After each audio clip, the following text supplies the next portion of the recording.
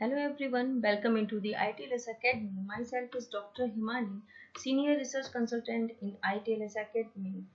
Today we are going to discuss about the biomaterials and stem cells promising tool in tissue engineering and biomedical application. So, the need for effective regenerative treatment is on the rise due to the rapidly aging population, environmental factors, and growing lifestyle disorders such as stress, obesity, diabetes, and growth in a trauma cases. The biomedical and biotechnology domain hold the key to development of effective regenerative treatments.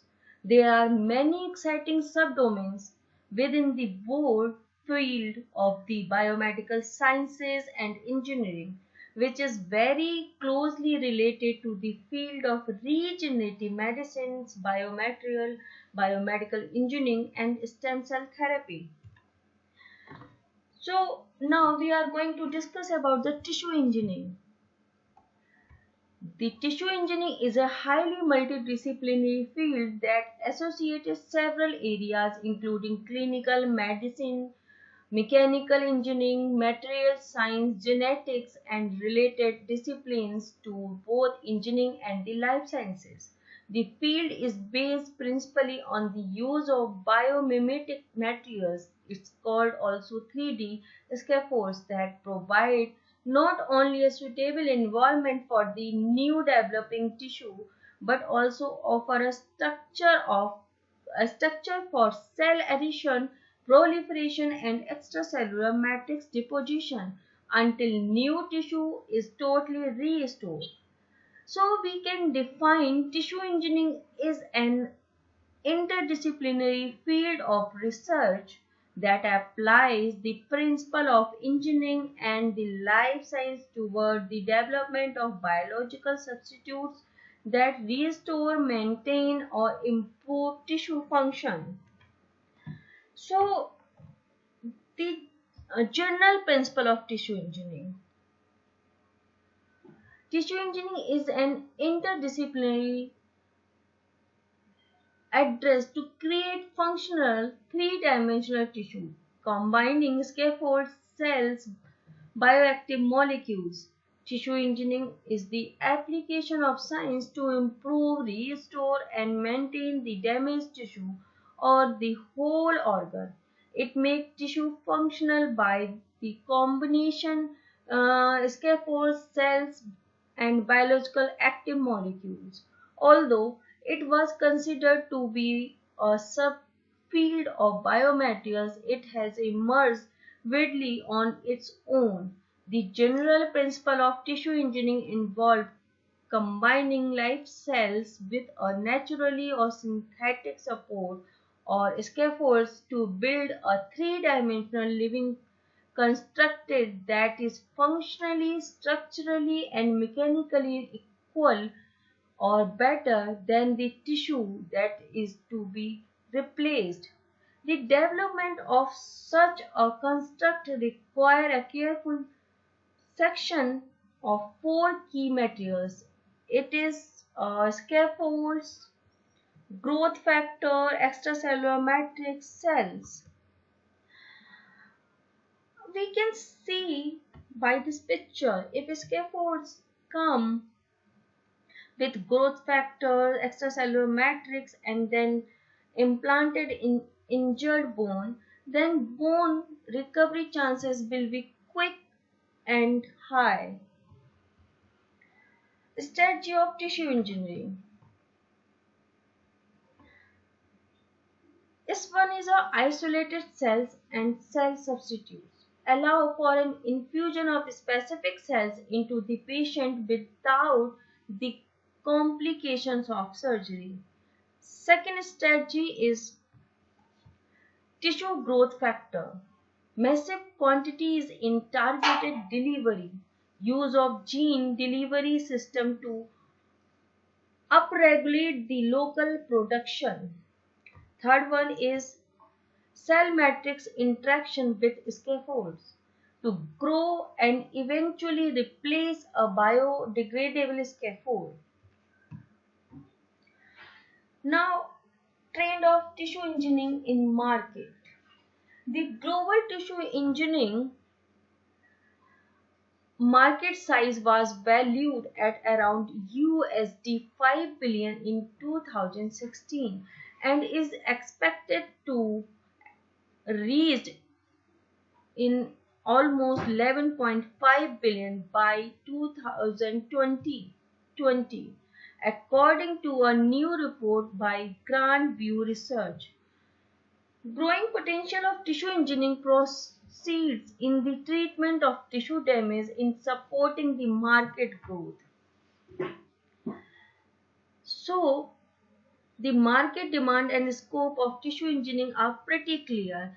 We can see here US tissue engineering market size by applications. You can see the graph of tissue engineering in USA. The most key application segments of tissue engineering are cancer, cord blood, cell banking, skin, dental, urology, orthopedics, spine, cardiology, and vascular and neurology.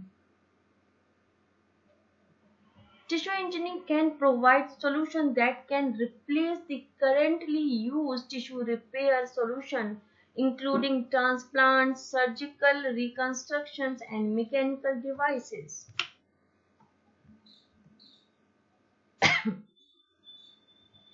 So now, what is the biomaterial? The material which are used for structural application in the field of medicine are known as biomaterial. These materials are used to make devices to replace damaged or diseased body part in human and animal bodies. A variety of devices and material are used in the treatment of disease or injury. Commonplace examples include structure, needless, plateless, and teeth fillings. So we can define a biomaterial, a biological or synthetic substance which can be introduced into body tissue as part of a implanted medical devices or used to replace an organ bodily function. So now classification of biomaterials. Typically, three individual groups of biomaterial are used in the fabrication of scaffold for tissue engineering. First one is ceramic. So, what is ceramic biomaterials? Although not generally used for soft tissue regeneration, there has been widespread use of ceramic scaffolds such as hydroxyapatite HA and tricalcium phosphate TCP for bone regeneration application. Ceramic scaffolds are typically characterized by high mechanical stiffness, very low elasticity, and a hard brittle surface. From a bone perspectives, they exhibits excellent biocompatibility due to their chemical and structural similarities to the mineral phase of native bones. The interaction of osteogenic cells with ceramic are important for bone regeneration as ceramic are known to enhance osteoblast differentiation and proliferation. So, second one is synthetic polymers. Synthetic polymers can be prepared with chemical structure to be optimized physical properties of the biomaterial and with well-defined purities and compositions. Numerous synthetic polymers have been used in the attempt to produce scaffolds including poly-L lactic acid, The short form is PLLA. Polyglycolic acid, short form is PGA. And third one is polydiallactic coglycolic acid, short form is a PLGA. So third one is sorry, third one is natural polymers. Natural polymers are those substances which are obtained naturally. These polymers are formed either by the process of addition, polymerization, or consideration. Pol- Polymers are extensively found in nature. Our body too is made up of many natural polymers like nucleic acid, proteins, so they are biologically active and allow host cell to produce their own extracellular matrix and replace the degraded scaffold. Blends of collagen and glycosaminoglycans have been utilized extensively for dermal regeneration. So now we are going to discuss about the scaffolds. So scaffolds are material engineered by the formation of new functional tissue and used for medical purpose. Scaffold recreate the in vivo environment that is provided by the extracellular matrix. Scaffolds are classified into two types. Natural scaffolds take part in the process of morphogenesis and function equestations of different cell type in the in vivo environment. The composition of these scaffolds depends on animal origin, isolation, and purification procedure and assay. Synthetic scaffolds are made to mimic specific extracellular matrix properties under controlled conditions. So now next one is why biomaterials suitable for stem cell therapy. As we have already covered role of stem cells in regenerative medicine in yesterday lecture, so today just we will discuss on stem cell role with biomaterial in tissue engineering. A specific environment is required for stem cell survival. Therefore, to mimic the in vivo microenvironment, biomaterial open up a new avenue for regulating stem cell fate via cell matrix interaction. Biomaterial scaffolds can provide cell adhesion sites and maintain the merits of stem cells. In contrast to traditional 2D culture, the novel 3D biomaterial scaffold construct a more satisfactory microenvironment for stem cell by including both chemical and physical signal across the extracellular matrix. Upon well-designed configuration, scaffold can directly regulate cell signaling and the trigger specific differentiation of stem cells by chemical cues or cell matrix interaction. So now we are going to discuss about the stem cells and biomaterial combination for regenerative medicine. Stem cells and biomaterial for regenerative medicine addresses the urgent need for a compact source of information on both the cellular and biomaterial aspects of regenerative medicine. In this picture, we can see a engineered graft prepared by the combination of the scaffolds and cell. These cells could be stem cells when this scaffold seeded cells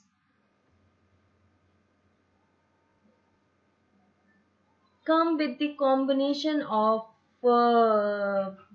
some environmental factors like cytokines, growth factors, genetic uh, manipulations, different type of environmental factor, and then it's implanted into the body. These scaffolds provide a good environment for quick recovery with the wounds. So you can see in this picture also how a stem cell play an important role with the biomaterial for reconstructed surgery. Now, scaffolds need to fulfill a specific requirement for tissue engineering. First one is biocompatibility. The very first thing of any scaffold for tissue engineering is that it must be biocompatible. Cell must be adherent, functional normally, migrate onto the surface and eventually through these scaffolds and being to proliferate before laying down new matrix. After implantation, the scaffolds or tissue engineered constructed must elicit a negable immune reaction in order to prevent it causing such a severe inflammatory response that it might reduce healing or causes rejection. So now second one we are going to discuss about the biodegradability. The objectives of tissue engineering is to allow the body's own cell over time to eventually replace the implanted scaffold or tissue engineering construct. Scaffolds and construct are not intended as permanent implants. The scaffolds must therefore be biodegradable so as to allow cell to produce their own extracellular matrix. Third one is non-toxic. The byproduct of this degradation should also be non-toxic and able to exit the body without interference with other organs. In order to allow degradation to occur in tandem with tissue formation and inflammation response combined with controlled infusion of cells such as macrophages is required. Last one is mechanical properties. It must be strong enough to allow surgical handling during implantation. Producing a scaffold with adequate mechanical properties is one of the great challenges in attempting to engineer bone or cartilage. So now last one is conclusion. Regarding the application of biomaterials to tissue engineering, the current aim of science is to find the natural or synthetic substance or the combination with the most satisfactory performance in vivo able to promote cell proliferation and differentiation in a tissue region in order to restore the normal architecture of extracellular matrix. In conclusion, tissue engineering strategy, especially in orthopedic clinical field, represent an effective and alternative for the further future, but their success strictly depends on an ever deeper knowledge about the characteristic of the biomaterials and the potential of their combination. So this was all from my side. Stay safe, stay at home. Thank you for listening me.